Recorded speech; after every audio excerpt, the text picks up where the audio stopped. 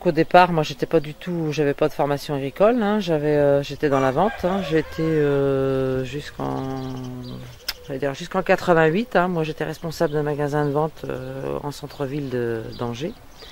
Et puis mon mari était associé de GAEC, et puis dans le GAEC il y a eu un départ d'associé, et ils m'ont proposé donc de remplacer cet associé.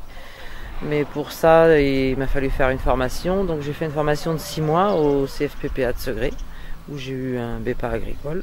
Donc moi j'ai en charge je suis la production volaille, la production laitière, et puis tout ce qui est travaux, travail administratif, secrétariat, compta, et puis tout ce qui est rendez-vous extérieur.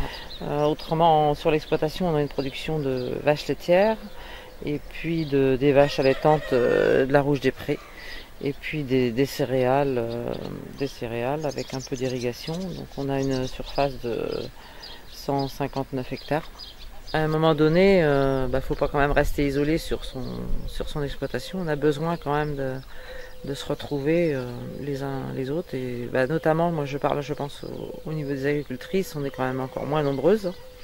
Et on a moins de contact peut-être entre agricultrices que entre agriculteurs. Par le biais des CUMA, c'est souvent les hommes qui se retrouvent pour tout ce qui est, matériel, les décisions au niveau des CUMA. Donc je pense qu'au niveau des agricultrices, c'est pour ça qu'au niveau du département, moi j'en charge la commission des agricultrices. Je pense que c'est indispensable qu'on se retrouve. Là aussi, ça permet d'échanger sur des problématiques, et puis il y a des besoins.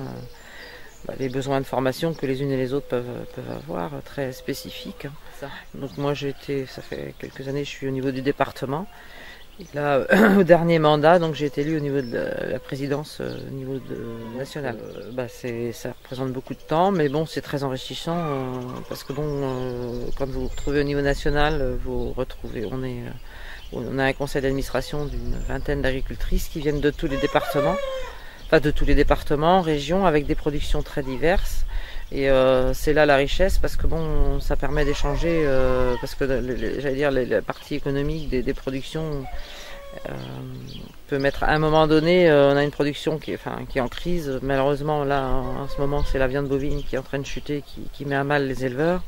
Il y a les viandes blanches également, la production de porc aussi, et donc ça permet d'être réactif et puis de mobiliser derrière ça. On a des revendications. Nous, ce que l'on veut, c'est que tout le monde vive correctement de son métier. Et surtout, là, c'est stop par rapport justement à toutes ces normes qui nous sont imposées, normes environnementales qui nous